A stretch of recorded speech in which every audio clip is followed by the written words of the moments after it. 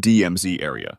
The Korean DMZ is a demilitarized zone located at the border between North and South Korea, but the name might fool you, as it's actually one of the most heavily militarized places in the world, with hundreds of thousands of troops on both sides. If you try to escape from here and you're lucky enough not to get shot by one of the soldiers, you will probably either step on a landmine or get electrocuted by one of the electric fences. There is one situation, however, where this type of escape might make more sense than the others, and that's in the case you're actually one of the soldiers supposed to guard the border. It would still be a nearly impossible feat, of course, but you might have that slightly higher chance than a normal civilian.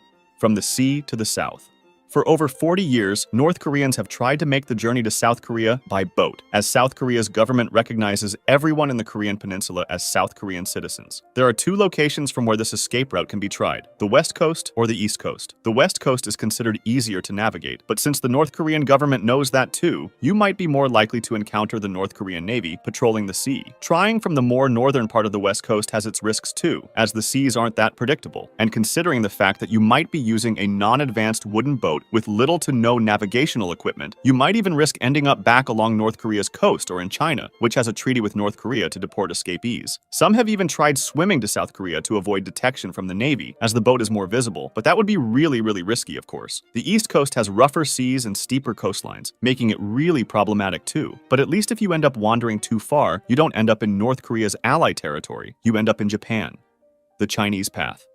On the northern border with China, there are two rivers, the Yalu River and the Tumen River. The Tumen River is the most commonly used route, as it's considered slower, narrower, and shallower, making it an easier crossing point. But even here, most people who try escaping don't make it alive. The Northern Korean Border Patrol is also really present in this area, and some even hide underground with their weapons pointing out through holes, ready for shooting at people escaping. If you do manage to get into China, you'd still have a lot to do to be safe, as China has one of the world's largest and best surveillance systems. You'd have to make your way to a safe country across China, hoping to not be stopped by anyone as you wouldn't understand their language. Not only that, but there's also the risk of getting kidnapped for human trafficking, which is the fate many Northern Korean escapees suffer from. In that case, the best case scenario, which is still terrible, would be to be a woman who gets sold as a wife to Chinese villagers, which at least would give them a roof over their heads and some food, a somewhat better situation than the others go through. There is another way to kind of make it to a safe place in China, as the South Korean Embassy and the Office of the United Nations High Commissioner for Refugees are in Beijing. Once you get in these places, you'd have immunity from the Chinese authorities, and they couldn't come in to arrest you. But the problem is that it's hard to get into them in the first place, as the Chinese police stay in that area to arrest any escapee before they enter the embassy. Furthermore, to get into South Korea, you'd have to get out of the embassy to go on a plane, making you once again susceptible to the Chinese authorities. Asia's underground railroads.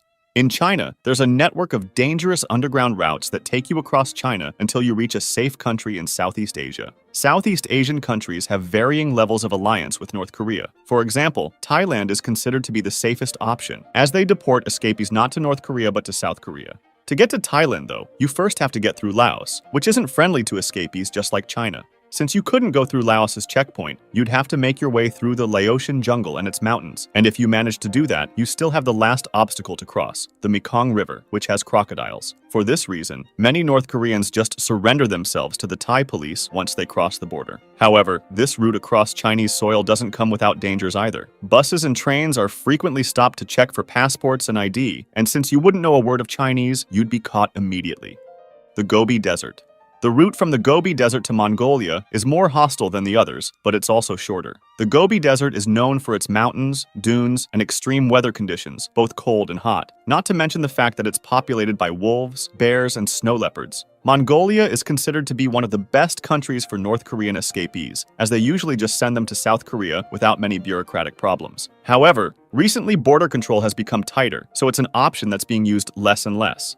The West. North Koreans can seek asylum from Western countries through their embassies and other places, like NGOs and the UNHCR. A Western country would be better for a North Korean for many reasons. In South Korea, they might face discrimination. There are harder punishments for the family back home if they escape to South Korea. The application wait time can take a bit longer. The Western countries are physically further from North Korea, and they have more opportunity for successful careers once they learn the local language. Right now, there are thousands of North Koreans living in the European area, especially in the UK, where there's a community of around 600 escapees in southwest London. The reason many North Koreans don't seek asylum in the US is that since birth, they have been taught that all of the bad stuff that happened in their lives was caused by the US, and it's pretty hard to remove such an entrenched belief. Furthermore, the processing time in the US can be several years, so most of them just prefer Europe. Labor camps.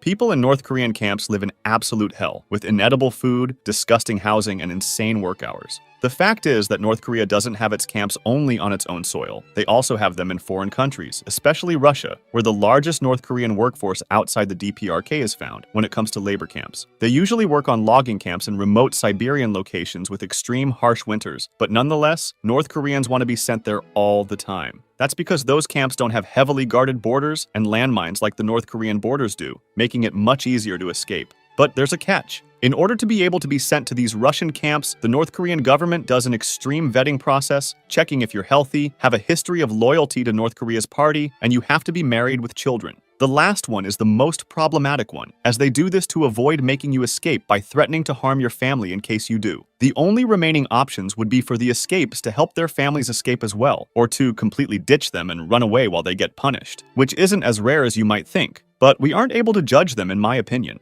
High social class. North Korea's elite usually don't escape because they have much more security than poor people, and when they do, it's not for problems like poverty or hunger, but for intellectual freedom. That's because many of these rich North Koreans usually work for the military, government, or state businesses abroad, so they have an experience of what the other countries are like and thus realize how much they're imprisoned. For people who have money, escaping is much easier as they can pay escape brokers to smuggle them out of the country and bribe border security. They also usually buy fake South Korean passports and IDs, so if they're stopped by the Chinese police, they have an excuse, and they can pay for flights instead of having to go through the dangerous underground routes or the Gobi Desert. Some students have the opportunity to study overseas, and some athletes go abroad to participate in competitions, so it's much easier for them to just stay where they are and not go back. The problem of the family back home still remains though, as they'd suffer the consequences of the escape. North Korean diplomats who are stationed overseas are usually required to leave their children in Pyongyang before taking their flight, just so they can hold them as hostages and ensure their return. As a last note, I'd like to show you this graph that shows the yearly amounts of escapees, which shows how much harder it's becoming for North Koreans to escape. If you want to discuss this video or suggest an idea for the next one, join my Discord, link in the description.